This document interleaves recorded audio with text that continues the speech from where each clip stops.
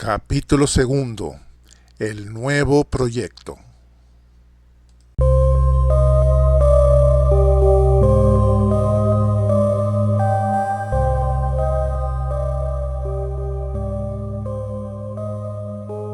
La primera semana sin Soledad fue difícil para los tres.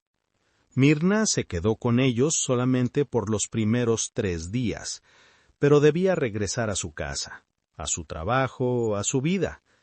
Prometió regresar los fines de semana siguientes para estar con sus sobrinas y ayudarlas en esa dolorosa etapa, y para estar con David, que era el que más necesitaba la compañía de un adulto. David trabajaba en una empresa que diseñaba y probaba equipos para exploración marina. Eran equipos muy delicados y necesitaban de un experto que les diera el visto bueno antes de salir al mercado. David era un matemático brillante.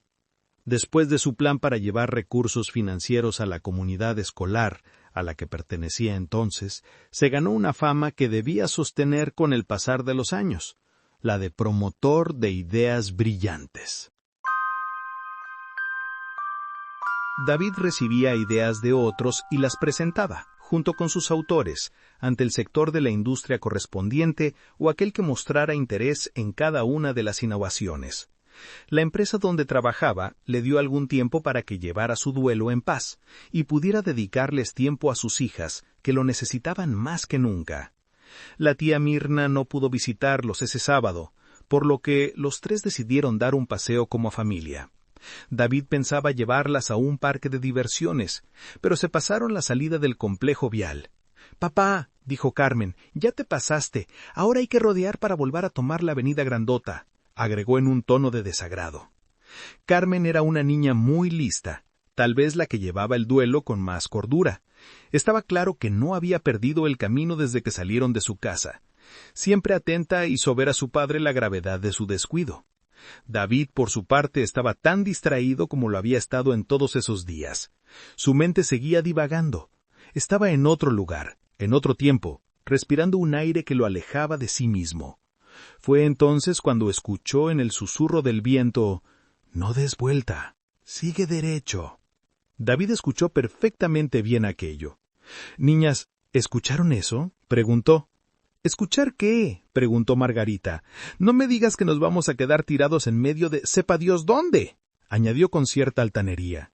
David pensó que se estaba comenzando a volver loco, que solo él había escuchado esa voz, por lo que no pensó darle importancia.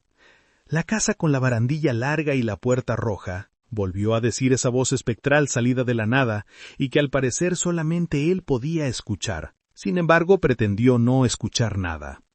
Siguieron por esa misma calle y terminaron pasando por una casa muy grande, muy antigua, que a las niñas les había gustado. David volteó y recordó pasar por una casa similar cuando estaba de novio de Soledad. Se detuvo por un momento. No podía creerlo. Tenía una reja chaparra larga y la puerta era roja. «Cuando juntemos el suficiente dinero, quiero que compremos una casa como esa», dijo Soledad en aquella ocasión. Se trataba de la misma casa de aquel entonces. Tenía muy clara esa imagen en su cabeza, aunque lo que más recordaba era la sonrisa de ella, más que la casa. David estaba seguro que fuera la misma casa, pero no era importante. Estaba teniendo esas retrospecciones espontáneas que le revelaban mucho de lo que parecía haber olvidado, sobre todo en los últimos 4 meses, antes de que ella falleciera. «Papá, esta es la casa que decía la voz. Mira, tiene una puerta roja», dijo Carmen. David no sabía cómo responder. Por lo menos sabía que no se estaba volviendo loco. Por otro lado, eso le asustaba todavía más porque estaban frente a una casa que un susurro de viento les dijo que encontraran. David pensó muchas cosas, sobre todo aquellas ideas y promesas perdidas en el olvido que solo la cruda cotidianidad pudo sepultar. Sin lugar a dudas, el mundo de lo cotidiano mata a los sueños, resquebraja las promesas, agrieta los juramentos y erosiona los compromisos. David comenzó a recuperar memorias perdidas, promesas extraviadas, juramentos empolvados por las facturas, las cuentas por pagar, la cobranza, los trámites de seguridad social y las declaraciones de impuestos. Seguía observando aquella casa desde la cómoda lejanía del asiento de su vehículo. La casa tenía un letrero, muy maltratado, que decía «Se vende». En ese mismo anuncio aparecía un número telefónico al que no dudó marcar, mientras seguía detenido frente a aquella mansión olvidada. Después de un par de intentos, alguien respondió a la llamada. «Hola, buen día», dijo David cuando por fin atendieron. «Hablo para pedir informes de la casa que venden por la calle Almenares, casi esquina con la calle Torroella de Aragón». Esperó a que lo comunicaran con la encargada de bienes raíces que llevaba esa propiedad. «¿Alicia Millán, con quien tengo el gusto?», contestó una voz de atropellada dicción. «David Argüelles», contestó. «Estoy aquí frente a la propiedad en cuestión, y me gustaría verla. ¿Cuándo podemos visitarla?», agregó con un cierto aire de genuino interés. Una parte de él le decía que era una casa vieja, muy grande. Los mantenimientos serían carísimos, muy frecuentes. Eso, suponiendo que estuviera en buen estado. Sin embargo, otra voz en su interior le decía lo contrario. Le decía que era una promesa. Le decía que era la solución para su tristeza. Lo cierto es que la casa donde ahora vivían le gritaba el nombre de soledad en cada rincón. Necesitaba desvincularse de esa dependencia etérea que lo sumiera esa depresión de la que trataba de salir. Sabía que necesitaba un cambio de aire y esta casa alejada de todo aquello que le causaba dolor podía ser una excelente forma de comenzar de nuevo con sus 2 hijas. «Si me esperan 10 minutos, ahora mismo», contestó la vendedora, quien ni siquiera lo pensó 2 veces. La casa tenía más de 18 años sin venderse. El actual dueño era un hombre al que no le gustaba mucho ser visto. Nadie supo las razones, como tampoco nadie preguntó nunca. David estaba consciente que todas las casas tienen una historia, y también estaba consciente que se crean nuevas historias en la medida que se habita un lugar. La mujer tardó exactamente 10 minutos. Bueno, en realidad 10 minutos y 22 segundos. En llegar. Se bajó apresuradamente de su automóvil deportivo, arreglándose una pañoleta y acomodándose la blusa mientras caminaba al encuentro de sus potenciales compradores. «¿Listos para ver la casa?», dijo con una sonrisa prefabricada, mientras los guiaba hasta la puerta principal. Había una larga distancia desde la reja de la calle hasta la entrada. «¡Qué hermosas niñas tiene!», dijo. «¿Son sus hijas?». «Mi hija ya ni me visita, tiene cosas que hacer siempre, pero bueno». Hablaba, para luego seguir hablando las mismas nimiedades que los vendedores suelen decir, pensando que son de interés de sus clientes, hasta que dijo su primera impertinencia. A su esposa le va a encantar. Cuando los 3 dejaron de avanzar y vio un espontáneo llanto en Carmen, supo que había cometido un error. No estaba segura de cuál, pero lo intuyó de inmediato. «Lo lamento, no quise incomodarlos. Son preguntas que siempre hago», agregó, vociferando anécdotas ininteligibles a las que nadie prestó atención. «No se apure, esta es la razón por la cual necesitamos una nueva casa», contestó David. Abrieron la puerta y la casa no se veía tan deteriorada como ellos se imaginaron. De hecho, se veía bastante bien, para no estar habitada en tanto tiempo. «Papá, no encuentro al señor Zarzamel», dijo Carmen. «Necesito encontrarlo», añadió angustiosamente. «¿Se perdió alguien?», preguntó la vendedora.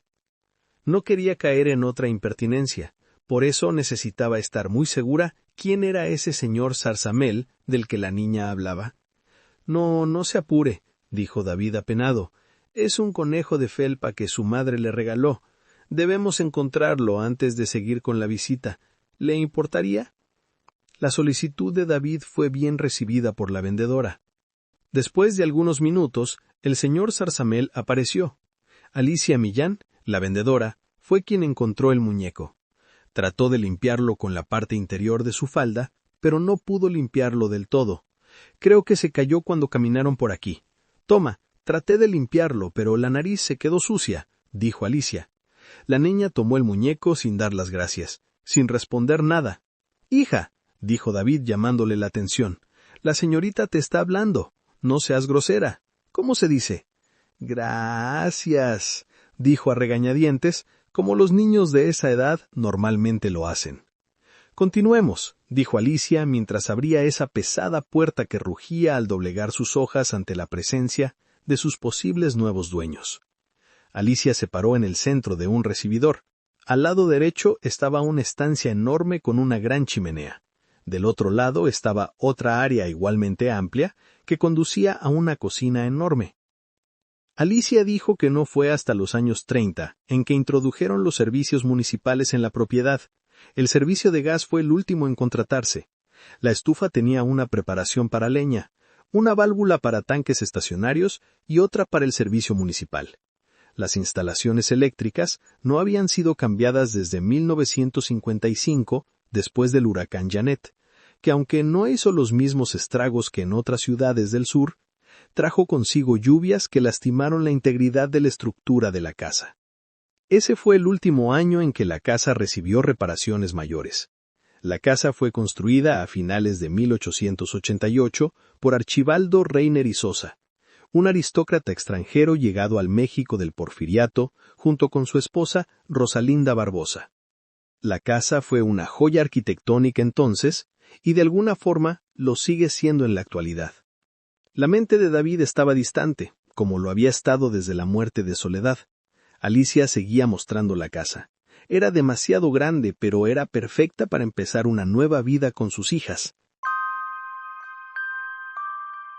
Siempre hay algo que no se dice para enganchar, o algo que se cambia, se maquilla o se endulza con alguna historia o circunstancia, dijo David, ya aterrizado.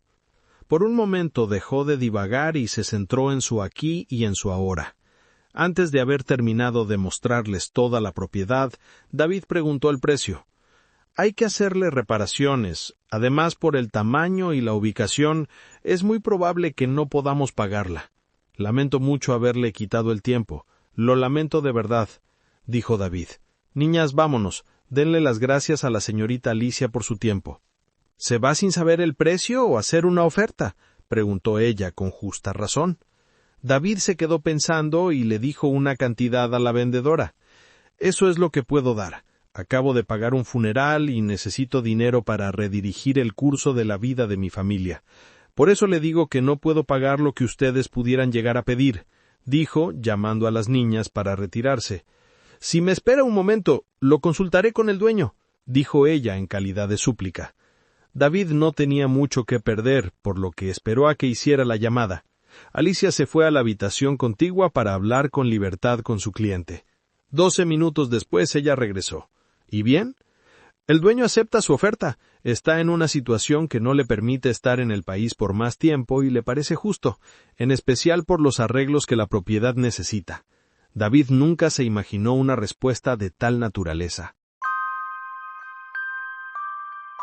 No podía creerlo. La casa donde actualmente vivían costaba más de lo que él había ofrecido. Estaba claro que vendiendo su casa podía comprar esta sin problemas.